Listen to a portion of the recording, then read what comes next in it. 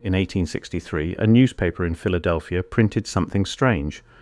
Miners working the Baltimore mine near Wilkes-Barre, Pennsylvania, had cut into a coal seam and found a tree. Not a fossil, not an impression.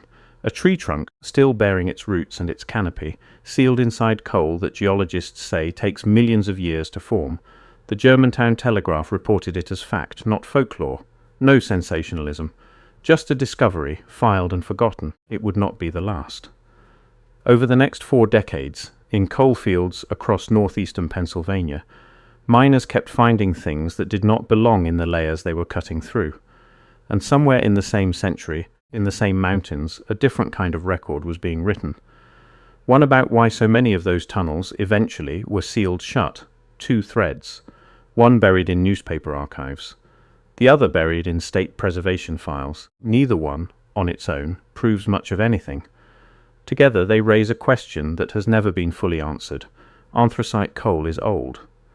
The seams beneath northeastern Pennsylvania formed roughly 300 million years ago, compressed from swamp forests that existed before dinosaurs. Miners who worked those seams in the 19th century were, in a very literal sense, cutting into deep time with every swing of a pick. Most of what they found was exactly what you'd expect.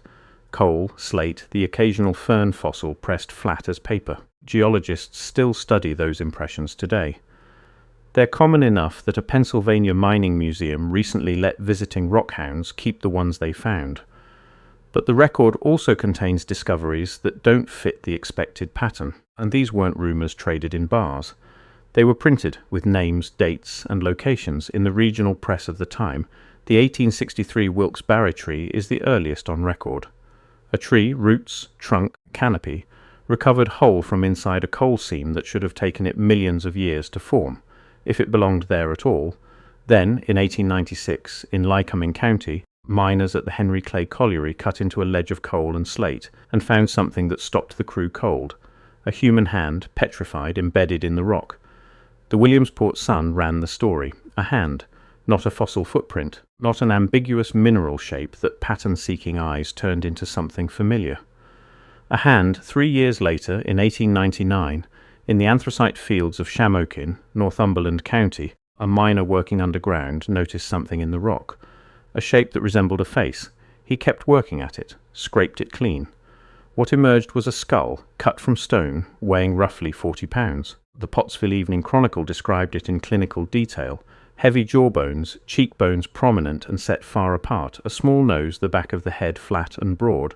A tree, a hand, a skull. 3 separate discoveries, 3 separate decades, 3 separate mining counties, all reported by working miners, all printed as straightforward news in the local papers of the time, and all sharing one detail that should trouble anyone who takes the historical record seriously.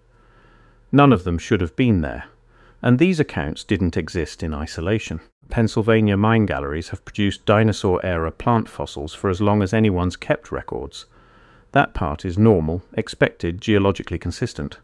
What set the tree, the hand, and the skull apart is that each one broke the pattern miners already knew how to recognize. A fern impression, flattened into shale, is one thing. A tree with its canopy intact is another. A recognizable human hand in a coal seam formed hundreds of millions of years before humans existed is not a variation on a familiar find. It's a contradiction the men pulling it out of the rock had no framework for, and said so, plainly, to the reporters who wrote it down. This is where the story usually stops in most retellings. A pile of strange 19th century newspaper clippings, filed under curiosities and moved past. But there's a second layer to this, one that has almost nothing to do with fossils, and everything to do with what happened to the tunnels themselves. Here is the official history, and it is worth stating plainly, because it is real, well documented, and on